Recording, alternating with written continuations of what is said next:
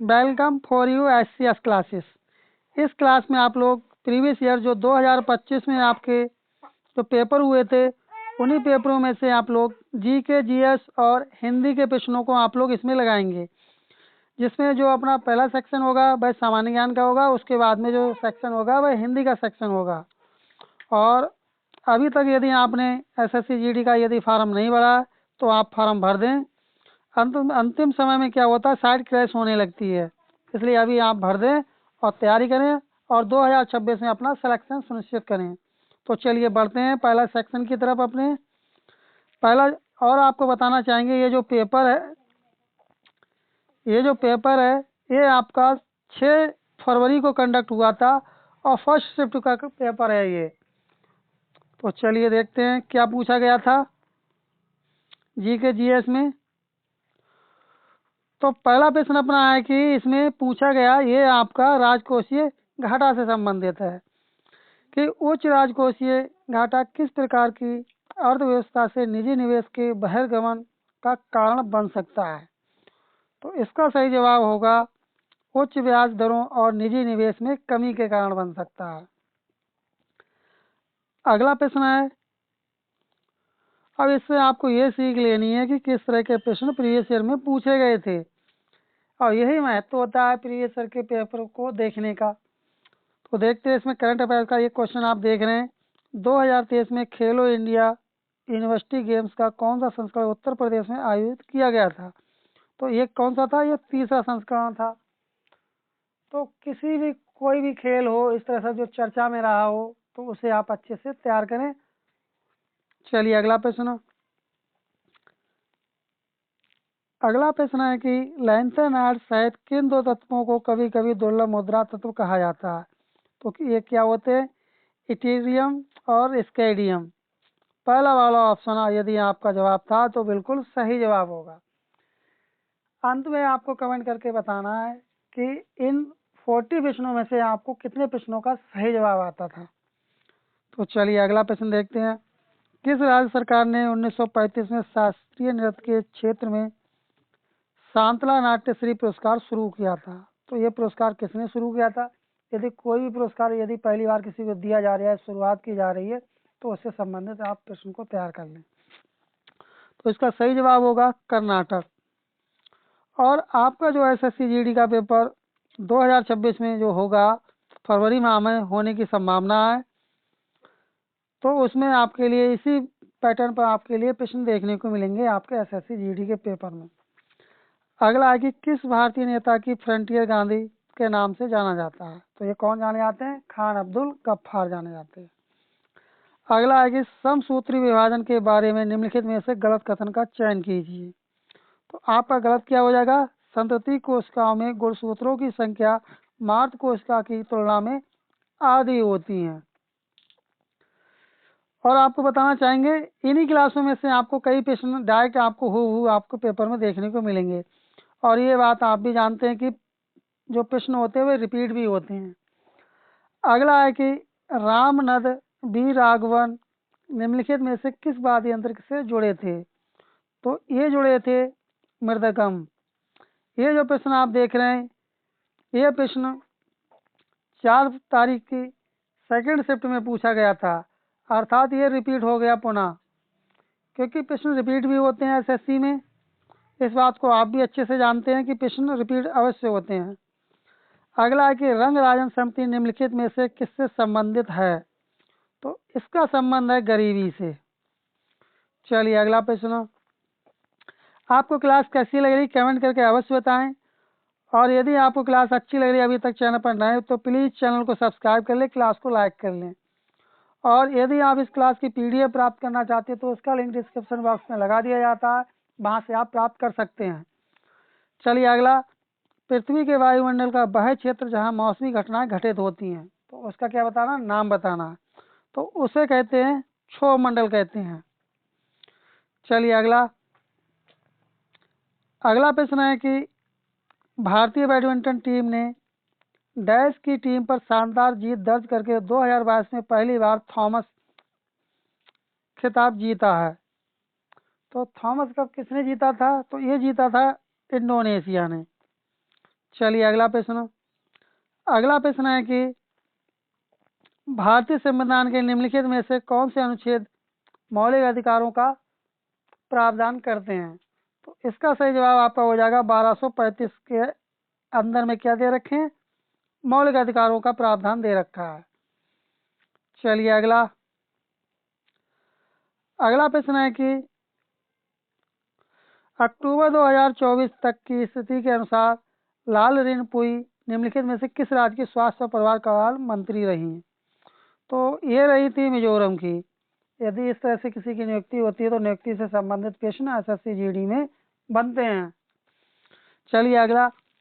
चाप चरकूट महोत्सव जो सुनहरी फसल की प्रत्याशा में मनाया जाता है मुख्य रूप से डैश का त्यौहार है।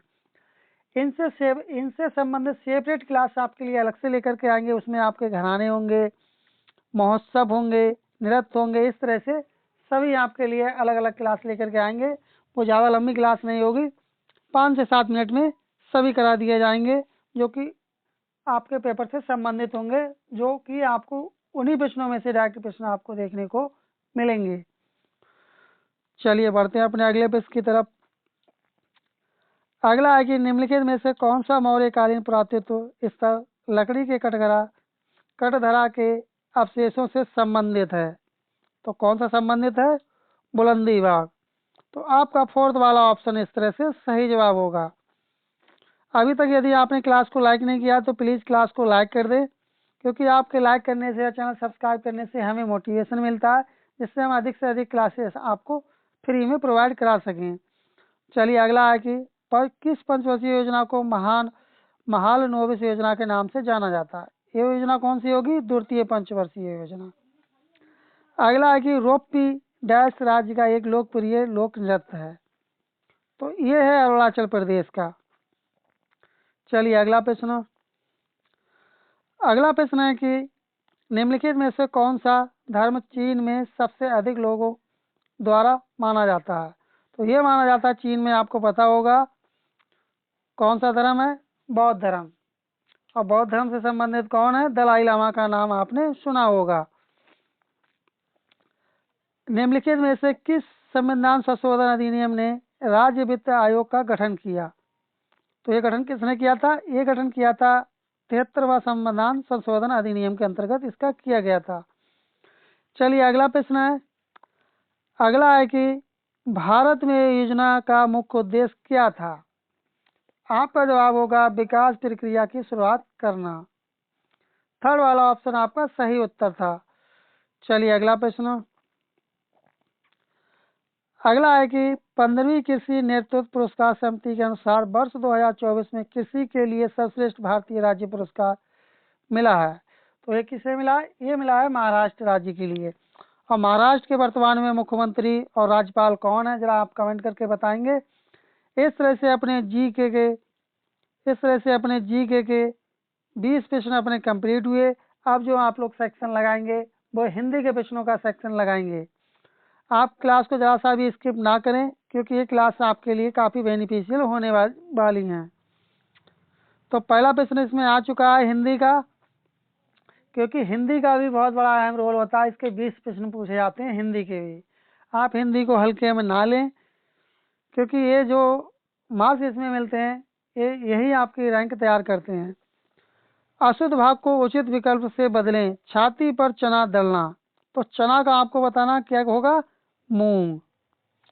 आपने सुनी होगी कहावत, सुनी होगी ये वाली कि छाती पर मूंग दलना, यह छाती पर मूंग दलता है। तो इस तरह से आपका 3rd वाला ऑप्शन आपका सही जवाब होगा। चलिए अगला है कि निहत्था का विलोम है। तो निहत्था का विलोम क्या हो जाएगा? हथियारबंद।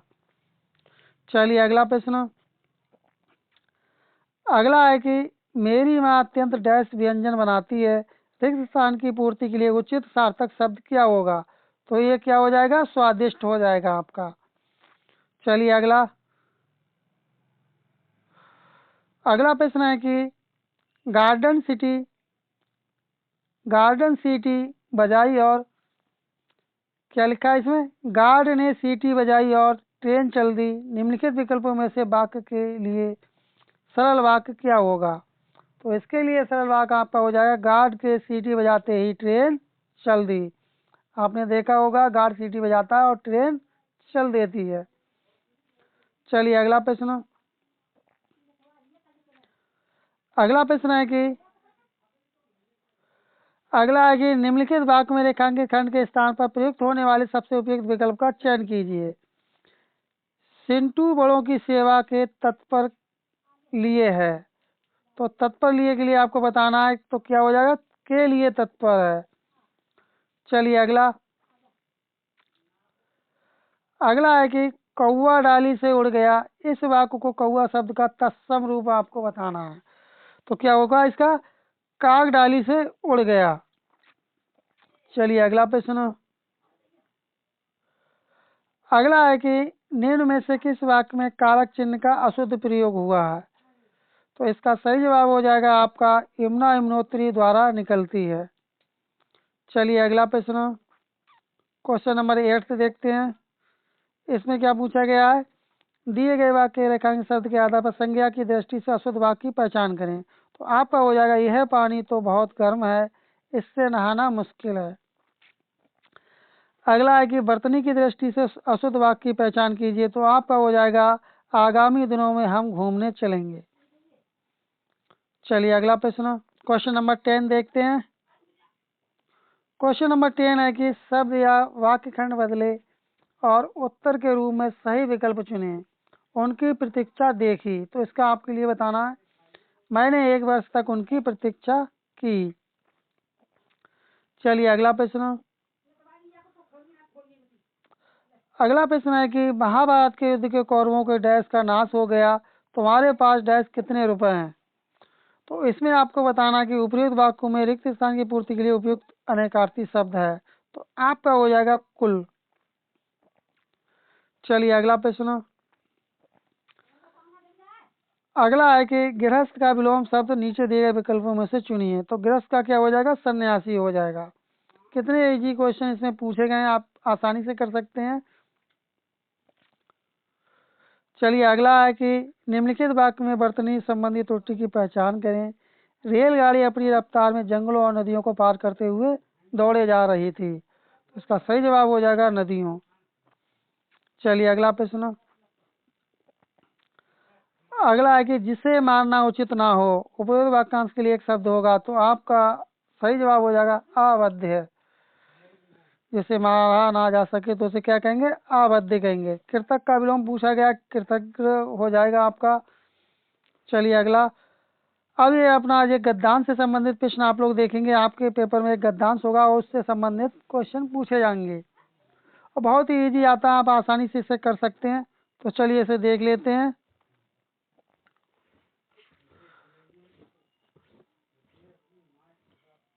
तो उसे देख लेते हैं। तो इसमें आपको बताना है विकल्पों में से उचित शब्द कर अनुच्छेद में रिक्त स्थान की पूर्ति करें। 21 के स्थान पर यहाँ पर क्या आएगा, तो आपको ये पहले पढ़ना पड़ेगा। तो इसमें क्या पढ़ना पड़ेगा आपके लिए, चलिए देखते हैं इसमें।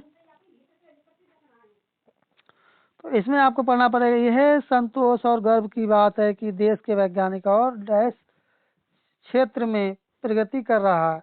तो क्या होगा, किसमें प्रगति कर रहा है, औद्योगिक में। यहाँ आपका आ जाएगा औद्योगिक। चलिए बढ़ते हैं अपने अगले प्रश्न की तरफ। अगला प्रश्न है कि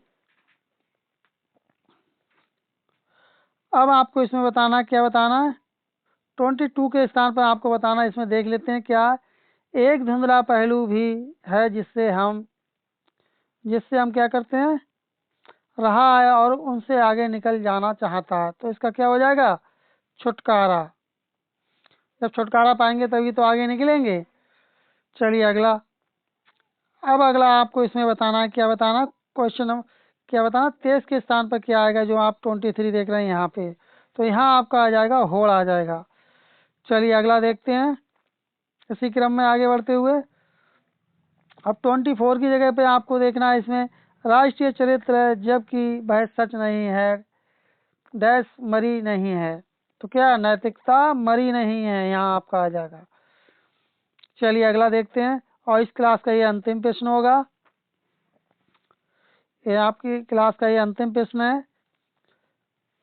उन्हें डैश करेंगे जो देश के नैतिक चरित्र को बिगाड़ रहे हैं। तो क्या करेंगे? बेनकाब करेंगे उनके लिए। इस तरह से अपने एसएससी जीडी, क्या चीज़, एसएससी जीडी 2025 में जो प्रीवियस ईयर पेपरों में क्वेश्चन पूछे गए थे उनके आपके लिए 20 प्रश्न जीके के और 20 प्रश्न हिंदी के कंप्लीट हुए। कुल मिलाकर 40 प्रश्न थे इस क्लास में, जो कि इसमें से आपको कितने प्रश्नों का सही जवाब आता था आप कमेंट करना ना भूलें। और यदि अभी तक आप चैनल पर नए, चैनल को सब्सक्राइब नहीं करें तो प्लीज़ चैनल को सब्सक्राइब कर लें, क्लास को लाइक कर दें। और यदि आप इस क्लास की पीडीएफ प्राप्त करना चाहते हैं तो उसका लिंक डिस्क्रिप्शन बॉक्स में लगा दिया जाता है, वहाँ से आप प्राप्त कर सकते हैं। तो चलिए मिलते हैं जल्दी अगली क्लास में, तब तक के लिए धन्यवाद। जय हिंद, जय